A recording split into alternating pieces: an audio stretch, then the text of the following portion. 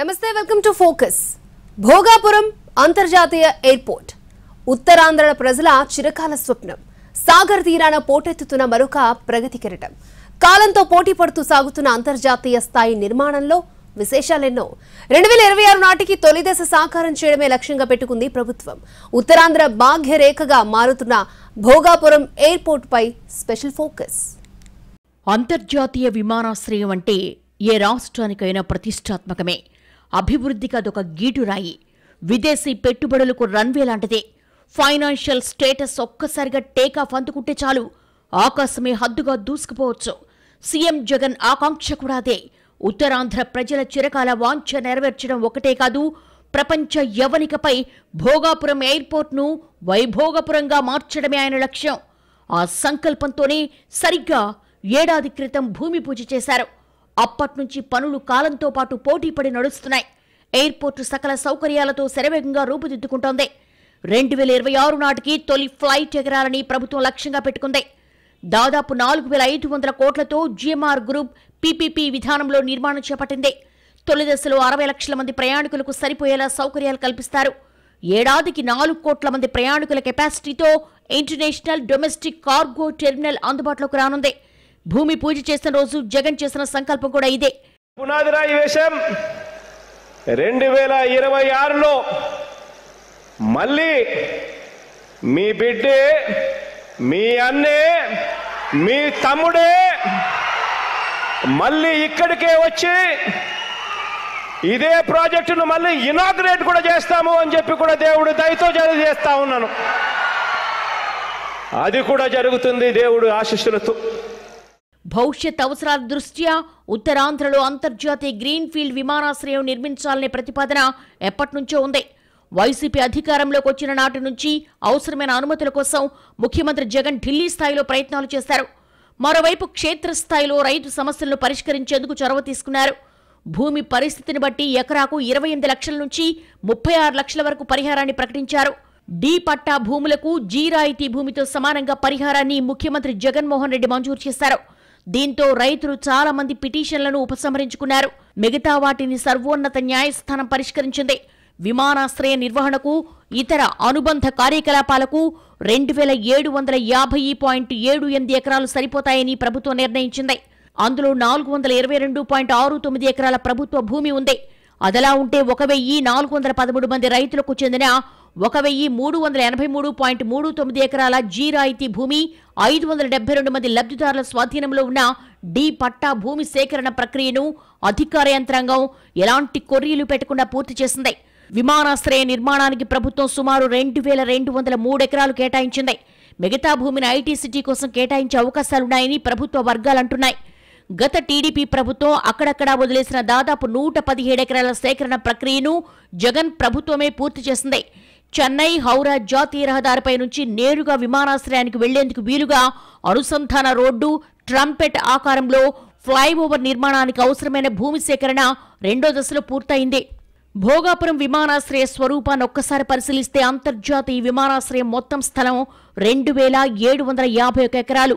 విజయనగరం జిల్లా భోగాపురం మండలం మరడపాలెం, ముడసర్లపేట, బొల్లింకలపాలెం, రెల్లిపేట గ్రామాలతో పాటు గూడెపు వలసకు చెందిన 2203 ఎకరాలు సేకరించారు. అందులో ప్రభుత్వ భూమి 422 ఎకరాలు, కొనుగోలు చేసిన భూమి 1383 ఎకరాలు. ఇందులో నిర్మాణానికి కేటాయించింది 2203 ఎకరాలు. భూమి కోల్పోయిన నిర్వాసిత కుటుంబాల సంఖ్య 376. నిర్వాసితులకు ఇళ్ల నిర్మాణం కోసం చేసిన ఖర్చు 80 కోట్లు. అందుకోసం కేటాయించిన స్థలం 25 ఎకరాలు. వెజ్ సబ్స్టేషన్ కోసం 5.47 ఎకరాలు సేకరించారు. దాని ఖర్చు 5000 కోట్లుగా అంచనా వేశారు. ఇలా విమానాశ్రయ నిర్మాణానికి ఉన్న అడ్డంకులను, ఖర్చులను, అవసరాలను అధిగమించింది ప్రభుత్వం. 2751 ఎకరాల భూమి సేకరణ పక్కాగా పూర్తి చేసింది. కేసులు వేసిన రైతుల డిమాండ్లను పరిష్కరించింది. అవసరమైన చోట రెట్టింపు పరిహారం ఇచ్చింది. నిర్వాసితులకు దాదాపు 80 కోట్లతో టౌన్షిప్ను తలదన్నే సౌకర్యాలతో కాలనీలు నిర్మించింది. ఒక్కో కుటుంబానికి పునరావాస పరిహారంగా 5 సెంట్ల స్థలం 8.70 లక్షల చొప్పున మంజూరు చేసింది. నిర్వాసిత గ్రామాల నుంచి గతంలో వలసపోయిన కుటుంబాలకు మానవతా దృక్పథంతో ఇంటి స్థలం ఇవ్వాలని ప్రభుత్వం నిర్ణయించింది. ఇలా అన్ని అనుమతులతో విమానాశ్రయ పనులకు ప్రభుత్వం శ్రీకారం చుట్టింది. అంతర్జాతీయంగా విమానాశ్రయాల నిర్మాణం, నిర్వహణలో అనుభవం ఉన్న జీఎంఆర్ సంస్థ ఈ ఎయిర్పోర్టు నిర్మాణం చేపట్టింది. డిజైన్, నిర్మాణం, ఫైనాన్స్, ఆపరేషన్, ట్రాన్స్ఫర్స్ ప్రాతిపదికన 40 సంవత్సరాల పాటు జీఎంఆర్ ప్రాజెక్టు నిర్వహిస్తుంది. తర్వాత ప్రభుత్వానికి అప్పగిస్తుంది. ముఖ్యమంత్రి జగన్ శంకుస్థాపన చేసిన తర్వాత అన్ని వనరులు, యంత్రాలు సమకూర్చుకుని నవంబర్ 1, 2023 నుంచి నిర్మాణ పనులు ప్రారంభించింది. అధునాతన యంత్రాలతో రోజుకు 3 షిఫ్టుల్లో పనులు జరుగుతున్నాయి. భారీ విమానాలు దిగడానికి వీలుగా 3.8 కిలోమీటర్ల పొడవున రన్వే పటిష్టంగా నిర్మిస్తున్నారు. ప్రస్తుతం సగటున 10 అడుగుల ఎత్తున మట్టితో భూమి చదును చేస్తున్నారు. విమానాశ్రయం చుట్టూ ప్రహరీ గోడ నిర్మాణ పనులు జెట్ స్పీడ్తో జరుగుతున్నాయి. జాతీయ రహదారిని ఆనుకుని 25 ఎకరాల భూసేకరణను ప్రభుత్వం ఇప్పటికే పూర్తి చేసింది. సంబంధిత రైతులకు సుమారు 18 కోట్ల వరకు పరిహారాన్ని చెల్లించింది. విమానాశ్రయ అధికారులు, సిబ్బంది కోసం ప్రత్యేకంగా క్వార్టర్లను జీఎంఆర్ సంస్థ నిర్మిస్తోంది. 23 కిలోమీటర్ల మేర కాంపౌండ్ వాల్లో 18 కిలోమీటర్ల నిర్మాణం పూర్తయింది. మట్టి లెవెలింగ్ పనుల కోసం అధునాతన యంత్రాలు వాడుతున్నారు. ప్రయాణికుల కోసం, టెర్మినల్ కోసం ఐరన్ స్ట్రక్చర్స్ నిర్మాణ పనులు నడుస్తున్నాయి. 5,000 చదరపు మీటర్లలో కార్గో టెర్మినల్ నిర్మాణ పనులు జరుగుతున్నాయి. రోజుకు 3 షిఫ్టుల్లో భారీ యంత్రాలతో పనులు జరుగుతూ ఉండడంతో గడువులోగా వర్క్ పూర్తి చేయగలమని అధికారులు చెబుతున్నారు. ఎయిర్పోర్టు వార్షిక ప్రయాణికులు తొలి విడత 60 లక్షలుగా పెట్టుకున్నారు. తర్వాత టార్గెట్ 4 కోట్ల ప్యాసింజర్లని అంటున్నారు. ప్రయాణికుల సౌకర్యం కోసం అత్యంత ఆధునికంగా ట్రంపెట్ నిర్మాణం చేపడుతున్నారు. విశాఖపట్నం, శ్రీకాకుళం నుంచి వచ్చే ప్రయాణికులు నేరుగా విమానాశ్రయ టెర్మినల్కు చేరుకునేలా అనుసంధానిస్తారు.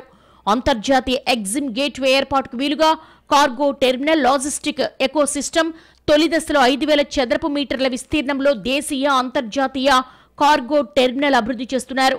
అత్యాధునిక సాంకేతిక పరిజ్ఞానంతో runway, commercial aircraft, apron, passenger terminal, building, air traffic control and technical building, cargo building, మురుగునీరు శుద్ధి ప్లాంట్ ఏర్పాటు చేస్తున్నారు. ఎయిర్పోర్టుకు రోడ్డు కనెక్టివిటీ కూడా ఉంది. 16వ నెంబర్ జాతీయ రహదారిని అనుసంధానిస్తూ రోడ్డు నిర్మాణం చేపడుతున్నారు. Commercial development area, commercial approach road, solar panels area, aviation academy, maintenance, repair and over hauling సౌకర్యాలు కల్పిస్తారు. విశాఖపట్నం, భోగాపురం మధ్య 6,300 కోట్లతో 55 కిలోమీటర్ల మేర 6 లేన్ల రహదారి వస్తోంది. 2 వైపులా సర్వీస్ రోడ్ నిర్మిస్తారు. ఎయిర్పోర్ట్ నిర్మాణ సమయంలో 5,000 మందికి సేవలు ప్రారంభమైన తర్వాత 10,000 మందికి ప్రత్యక్షంగా, 80,000 మందికి పరోక్షంగా ఉపాధి దొరుకుతుంది. పర్యాటక అభివృద్ధి, ఇతర పెట్టుబడుల ద్వారా మరో 5 లక్షల మందికి ఉపాధి లభిస్తుందని అంచనా వేస్తున్నారు. భీమిలి బీచ్ కారిడార్ కార్యరూపం దాలిస్తే ఈ ప్రాంతంలో మల్టీ మోడల్ లాజిస్టిక్ నెట్వర్క్ పెరగడానికి, పెట్టుబడులు ఆకర్షించడానికి అవకాశం ఉంటుంది. గత ప్రభుత్వం భూసేకరణ విషయంలో పొరపాట్లు చేయడం, న్యాయ సూత్రాలకు విరుద్ధంగా వ్యవహరించడంతో ఎయిర్పోర్టు నిర్మాణం కోసం ముందడుగు పడలేదు. ఒక దశలో కోర్టు కేసుల నేపథ్యంలో భోగాపురం ఎయిర్పోర్టు ప్రాజెక్టు నిలిచిపోయే పరిస్థితి నెలకొంది. ఎకరాకు 12.50 లక్షల చొప్పున మాత్రమే పరిహారం ప్రకటించింది. గత సర్కార్ దీన్ని వ్యతిరేకిస్తూ 2015 ఆగస్టులో రైతులు రోడ్డెక్కారు. మరోవైపు భూసేకరణ నిబంధనలేవి పాటించకుండా నోటిఫికేషన్ విడుదల చేయడాన్ని సవాల్ చేస్తూ కొంతమంది హైకోర్టులో పిటిషన్లు వేశారు. విమానాశ్రయానికి 15,000 ఎకరాలు అవసరమని అప్పటి ప్రభుత్వ పెద్దలు ప్రచారం చేశారు. ఫలితంగా రైతులు ఆందోళన ఉధృతమైంది. దాంతో 5,000 ఎకరాలకు ప్రభుత్వం దిగొచ్చింది. భూసేకరణ నిబంధనలేవి పాటించకుండా నోటిఫికేషన్ విడుదలైందని అప్పటి ప్రతిపక్ష వైసీపీ గట్టిగా పోరాడింది. భూసేకరణ కొలిక్కి రాకపోవడంతో నిర్వాసితులకు ఏం చేయబోతోందో చెప్పనేలేదు. దాంతో నోటిఫికేషన్ను సవాల్ చేస్తూ హైకోర్టులో రైతులు పిటిషన్ వేశారు. న్యాయస్థానంలో విచారణ పెండింగ్లో ఉండగానే 2019 సార్వత్రిక ఎన్నికలు వచ్చేశాయి. తర్వాత వైసీపీ అధికారంలోకి వచ్చింది. సీఎం జగన్ ఈ ప్రాజెక్టును ప్రతిష్టాత్మకంగా తీసుకున్నారు. అటు న్యాయస్థానాల్లో కేసులపై పోరాడారు. అటు కేంద్ర ప్రభుత్వ సంస్థల దగ్గర పెండింగ్ సమస్యలను పరిష్కరించడంలో ప్రత్యేక శ్రద్ధ తీసుకున్నారు. భూములిచ్చిన నిర్వాసితులకు న్యాయపరమైన పరిహారం అందించారు. వారికి అవసరమైన పునరావాసం కల్పించడంతో ఈ చిక్కుముళ్లు తొలగాయి. ఫలితంగా నిర్వాసితులు కోర్టు కేసులను ఉపసంహరించుకుని భూములు అప్పగించడంతో పనులు ప్రారంభానికి అడ్డంకి తొలగింది. ఎయిర్పోర్టు నిర్మాణంతో విశాఖపట్నం, విజయనగరం, శ్రీకాకుళం జిల్లాల స్వరూపమే మారిపోతుందని స్థానికులు సంతోషం వ్యక్తం చేస్తున్నారు. ఇంత త్వరగా పనులు జరుగుతాయని ఊహించలేదని వారు ఆశ్చర్యం వ్యక్తం చేస్తున్నారు. పనుల వేగం చూస్తుంటే 36 నెలల కంటే ముందే ఈ నిర్మాణం పూర్తయ్యే సూచనలు కనిపిస్తున్నాయని నిర్మాణ రంగ నిపుణులు కూడా ఆశాభావం వ్యక్తం చేస్తున్నారు. ఈ ఎయిర్పోర్టు పూర్తయితే ఉత్తరాంధ్రలో పారిశ్రామిక అభివృద్ధి జెట్ స్పీడ్తో పరుగులు పెడుతుందని ప్రభుత్వం చెబుతోంది. ఉపాధి రంగం మరింత బలోపేతమవుతుందని భావిస్తోంది. ఎయిర్పోర్టుకు అనుబంధ పరిశ్రమలు వస్తాయని అంచనా వేస్తున్నారు. అంతర్జాతీయ రాకపోకల వల్ల ఈ ప్రాంత స్వరూపమే మారిపోతుందని ప్రజలు సంతోషం వ్యక్తం చేస్తున్నారు. విమానాశ్రయం నిర్మాణం పూర్తయితే రాష్ట్ర ఆర్థికాభివృద్ధికి ఊతంగా నిలుస్తుంది. ఫుడ్, ఫార్మా, ఫిషరీ రంగాల ఉత్పత్తుల ఎగుమతి దిగుమతులకు స్థావరంగా నిలుస్తుంది. Travel, hospitality, godown, warehousing రంగాలు అభివృద్ధి చెందుతాయి. 5 లక్షల మందికి ప్రత్యక్షంగా, పరోక్షంగా ఉపాధి లభిస్తుంది. అంతర్జాతీయ ఎయిర్పోర్టు సేవలు లేకపోవడం వల్లే విశాఖ పరిసర ప్రాంతాల్లో సాఫ్ట్వేర్ రంగం పుంజుకోవడం లేదన్నది వాస్తవం. ఇప్పుడు ఆ భయం లేదంటున్నారు ఛాంబర్ ఆఫ్ కామర్స్ ప్రతినిధులు.